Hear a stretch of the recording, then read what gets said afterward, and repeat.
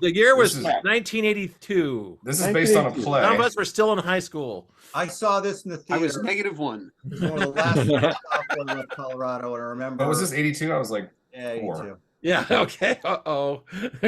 Turning into dust and blowing away part. This is the most 1982 part of it. Is all of the fucking copper pots and pans. Like this is the first time that you could go buy clad copper stuff at like Macy's or Bloomingdale's, which is what he mentions. I thought it was just for you're not supposed to use so it. let's quickly talk about the crossover though, which is Diane Cannon, right? Right. And completely unintentional. And she screams in both of these. Yes. Like multiple times. It was on her resume. Good screamer. Yeah. Horrible. But this one's in the. She is a good screamer. I disagree. This one's in the character, and she does actually a fabulous job screaming. I disagree that she was horrible. I thought she was very strong in this. I hate almost every minute she's on screen in this. Oh God! And I overall, I will say I enjoyed this movie, but good. Yeah, weirdly Lord. enough, her and the fucking psychic both just were like nails on a goddamn chalkboard. Dude. Well, I know that most of us. I know Chris has seen a lot of theater. Tad's seen a lot of theater. Some of us have all. I've done a lot of theater. This is obviously a play. You know, the first speaking of Diane Cannon, then even in a bigger picture, like all her darling every 5 seconds. That's very much play. Like, like they didn't rewrite that shit. They just kept it. I don't think they rewrote hardly any of this. I know, and honestly, only stuff that involves them going outside of the house and you seeing it. Not many. Right. That's like and it's such just a little bracket of here's the train station, and and honestly, all the voices that opens up to like it felt like when he comes home and he's bitching about his show and blah, it felt like a bad play, and I was like, this is awful. I feel like he walked in and says, "Honey, you won't believe the day I've had," and I hit the door and you're like, it's such a first act play, set moment when he comes home and complains, and everybody's everybody's overacting too. Also, oh yes, everyone's overacting like except for the only person who can't act in here, and that is Christopher Reeve. But anyway, disagree. Hard disagree. I guess. I mean, he's. This is why he's good at Superman, is because he doesn't have a range. He can't do anything else. He's just Mr. I am like good, wholesome boy. Even when he's being diabolical, he's just still acting like. Oh, I think there's a couple of scenes in this movie where he smiles in a very particular kind of way. Yes. That I didn't believe him.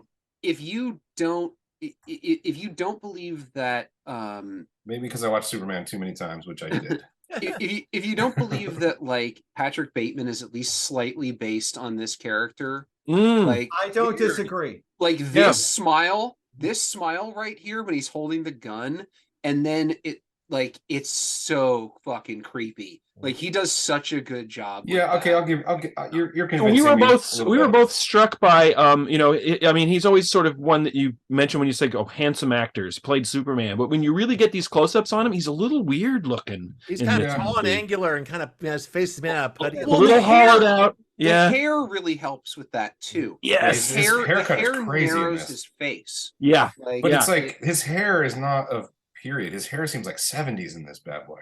Oh, well, it wasn't that far from the 70s. Yeah, that's true. What this is, the guys are all dressed in yuppie posh wear, like sweaters and nice slacks and like cable knit. But I mean, regardless of that sort of very stage play feeling first act or first half, obviously when this gets going, boy, does it! It's a lot of fun, and it is going. It is. Dude. I got sucked into it. I was ready to hate this thing because me too. And I was like, this is good. I can't stand movies about movie makers and movies about plays about playwrights. It's like rat poison to me. Me too. But I got sucked in because it was that Michael Caine has a wonderful, transparent, kind of happy performance. Yeah, and halfway through this thing, Michael Caine just he's on fire. Yeah, for the rest of the play, or the rest of the movie. Yeah. As soon as you realize what he's thinking of doing, I just love all that interplay with him and Diane Cannon, where she's watching him trying to decide how serious he is. Yeah, and she's trying to stop it, and she's worried, like and then in real time. She jumps up and makes that crazy speech. Yeah, that's what I mean. It's funny to see her trying to stop it in real time. She's like, movie is like, when one person kills another person. And I got to bring up that scene when Michael Caine walks Christopher Reeve over and sits him in the chair and makes him put the handcuffs on. Yes, that's a good so scene. Tense. Which It is is. then, And that's when I'm saying you can't tell me Christopher Reeve can't act, because his acting is terrific in that scene. But you know what? You- Which is bookended. I agree with that scene as bookended well. by the Yes. other scene with the But that's handcuffs also- when he No, handcuffs him to the chair. Right. But that's also Michael Caine, like searching around. The way Caine is talking and searching around for that key the whole time Yes. is so good. And then he Like, finds it, and everybody has to laugh, and then he's still going like this because he Yeah. won't fucking unlock it. Yeah, he's still talking, and Yeah. I don't know. That got reverse Chekhov to me, because they mentioned, oh, this used to belong to Houdini, and then I didn't take any of that seriously after that. yeah, but then they Remember pull that handcuffs back on? when he puts on the other one, and it was the Houdini one, and They he flip rips it Yeah, off. it's like, Yeah, but these, nonetheless- these are the Houdini cuffs. Yeah, That was great. Nonetheless, so you're waiting for that trick to happen, and it eventually dropped. That's the Yeah. Yeah, I mean, I will say that I'm somewhat disappointed, because I read in the Celluloid Closet, and which specifically talks about this scene. Oh, dude, Big shocker. So I knew the twist essentially of the first half. See, I was of it. so impressed for 82 for this to I was like, awesome. Oh, a gasp went through the movie theater, Well, Jim. This They- got they- written up in Time magazine, Yeah. and the producer thinks it cost them $10 million at the box Well, office. also I read that the playwright. I saw this at a packed theater at the Del Mar. Women screamed and men, I think they fainted. I swear to God. I don't No, there was kids going ew for like 50 seconds afterwards. It was a huge reaction. Well, I thought it was really cool, and I did read that the playwright didn't like that, and he specifically wrote them to be Even gayer. implied that they were gay, but never any You physical. know, that would have been better actually in a lot of ways. No, I like this, and I think No. that Sidney Nah. Lumet and all the other filmmakers were like, no, we're going to do it, right. Mhm. and I think that was the right choice, I because think so, that too. little kiss, you immediately just go, oh, well, yeah, it all clicks now. Right, That's it. right. And That's why the they're funny doing thing was, again, having not seen it in years and years and years, I remembered the first twist that you think, he's murdering him to get his play, but they're really planning to kill Diane Cannon, right? Yeah, for the money. For her money. I remembered that. That's the first half of the play. Then they sit down and start writing, and it's like, what happens in the second act? I couldn't remember, so I didn't know how the movie was going to end, and I was really delighted. I'll second that, John. I forgot all the details of this movie. But the second half is great, and they even say, I don't know if the second act's working. I don't think it's as good as the first, and then it fucking picks up. It's like, It's really involving. You When just get sucked in. This movie is meta before meta was a thing. yeah, When he Yeah. reads Well, it's when a he good reads play. the script initially, and starts just screaming at him. yeah. And then you finally get that moment where Cliff snaps and screams back at him. Yeah. And it's just like, oh fuck. Oh, Well, this is gonna go real bad. Reeves' character stays so Right. so chill during that verbal abuse hmm until he's like, "Give me the fucking thing," Finally, Right. it's just like But No, yeah, it's- this movie just got better and better the longer it went on. With the exception of the very end, which is a Yes. little silly. The very end is predictable. That was Yeah, yes, about like Mel Brooks. And I don't know if I've ever seen in 30 seconds a character that I despised more than that woman jumping up and down in the back of that theater. I wish I was wish just when- like, oh my god, look, she's Tenor. repellent. Like, What they what could the have fuck done is going on? What they could have done is cut that part of it out. They could have gone from it switching to the actors and him stabbing him and the curtain coming down and the curtain goes back up and they stand up and they bow and all that stuff. And then it could have just cut to outside To the where marquee. you see the marquee. Yeah, that's Like- it. With her name on it. But Yeah. instead, you get the That would've been annoying better. lady jumping up and down like this for We're go- 30 seconds.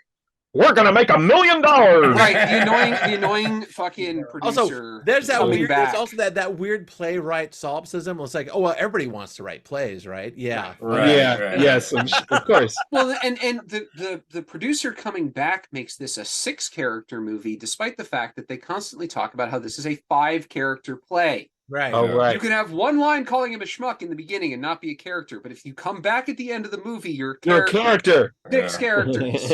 Yeah. You're on a full SAG payroll at that point, not just Right, exactly. Yeah, right. He's an over 5. Yeah. That guy got crafty. Yes, he did. I guess I'm gonna. I saw this exactly one time before this. It was when it came out in 1982. It was like right before I left Colorado, coming back to California. And I remember, I was like probably 16 or something at that point. Yeah, the scene behind Tab was a bit shocking to me. I did not know that was coming. I remember enjoying it enough, but if you look at who made this movie, I mean, like, this is a ridiculously top-heavy cast and crew. I mean, Sidney Lumet, as we all know, has he's the fucking man, dude. He's the fucking man. Some of the best movies. It's some of the best fucking movies ever made. And this is he filmed like Find Me Guilty, which I'm gonna pick one day. Sure. But he filmed a play. And yeah. I mean the lighting isn't it looks no, like I agree. It's not like his most. It doesn't seem like his most sort of. No, this is. Well, it's not cinematic. It's not cinematic. It's an artificiality. Jared pointed this out earlier. Like, there's a certain level of play acting versus movie acting, and they made a movie starring a bunch of people doing play acting, and it kind of keeps me at a distance the whole time. Yeah, a little bit. So but again, that's a little bit kind of ties into the whole meta. We are watching a play, so but this also goes into like this is New York Hollywood, not Hollywood. Objectively, this thing works as a concept because of everything meta. Like, well, the twists are great. We have to all admit that. Pretty much, the twists are great. The ending is fucking terrible, and one of them's hot. Conceptually, it's a good ending, I guess, but it's very broad. I like Tad's idea of just cutting to the marquee. That would have been such a nice in the back row, just smiling. Yeah, or just. I have an observation. Would you? Well, because by that rationale, you would see in. I love that, Tad, because if you showed the actors on stage, you would see her living on stage, the actress playing her. Right. That would be clever. That would be enough. Yeah. You don't have to actually have to see the real woman. And by the way, that's a great cut because we're at the height of the action right there. Christopher Reeve grabs the axe. He's already been mortally wounded. That is a really good cut. Right in the middle of the fight, and it just that he swings the axe. And it's on the swing. It's gonna crack a head open and then split open, and that's the cut. Yeah, that's the cut to the stage. It's really good. Yeah, it keeps it PG, which is nice. Well, so that was another thing is that they had to go and fight to make this was rated R initially by the MPAA, and because of the kiss, Warner went and fought, and apparently with the same cut, they didn't even recut it. They just probably because of the kiss. I mean, they used to make movies rated R just for language alone. Yeah. I mean, they still do, but it's got to be pretty severe. Yeah, you get a certain number of F-bombs, right? Yeah, you get 5 fucks if they're not somebody using it as like fuck you. Right. Like you can in Apollo 13. He says "fuck" a bunch when they're trying to keep the spaceship. Yeah, like he's like fuck, right? Yeah. Oh, right, but it's not "fuck you," right? Or like we're gonna go fuck. Like that's even worse, right? Yeah, probably. Oh no, well that's if you say we're gonna go fuck, that's an R right there. Yeah, right there.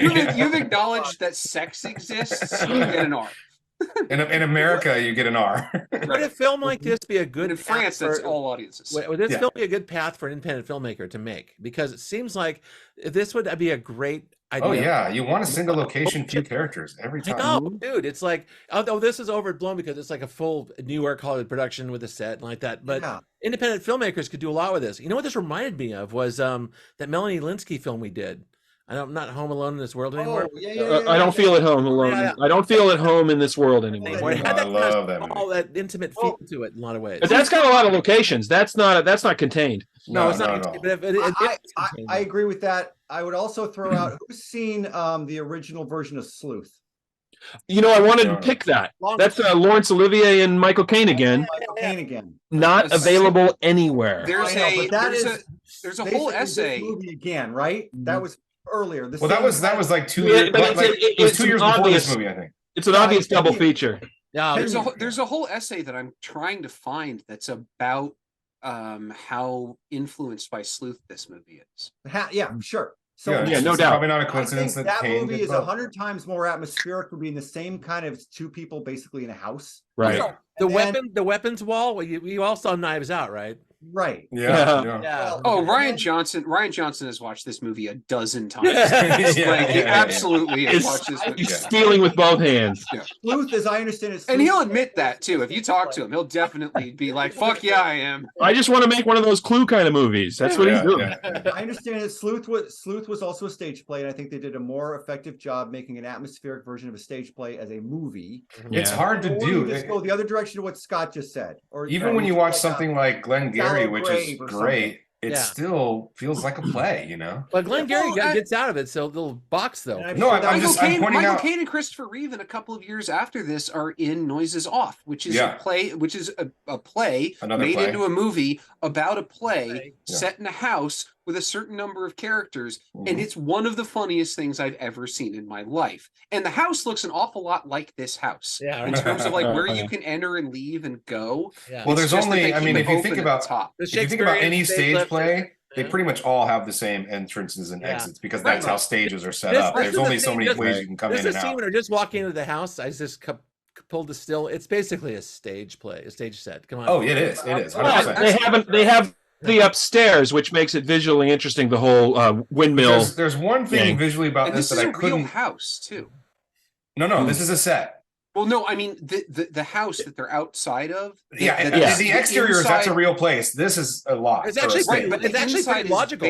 The inside is based on the real place. No, it's very logical. Long Island. The geometry works inside and out the same way. What was with the inexplicable purple light from like a certain room? Grow light, I think that was in the. It just didn't make sense. Like it was in every scene, and I'm like, that's not real. Like that's not motivated by anything. Like, there it is. There it is behind Tad, right? That purple color. Yeah. Well, there was a thing back then. In the lavender is historically the gay color. True, but also like that's not a joke. But it happens throughout. It's through the entire film. It's before they kiss. It happens a lot between Diane Cannon's scene. Like it's always coming around the corner from this like room. But justified wise, grow lights used to be kind of reddish purple like that.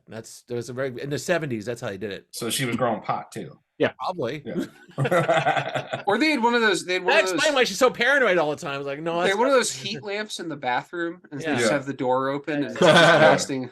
It was great. I just love the fact that she just screamed her head off this entire thing and she died of a heart attack and halfway through it. That's just It was just like darling. Oh, I got so fucking sick of her screaming every 10 seconds. And then it stopped. When he's like, every time I come in this house, you scream. Yeah. Bloody scream.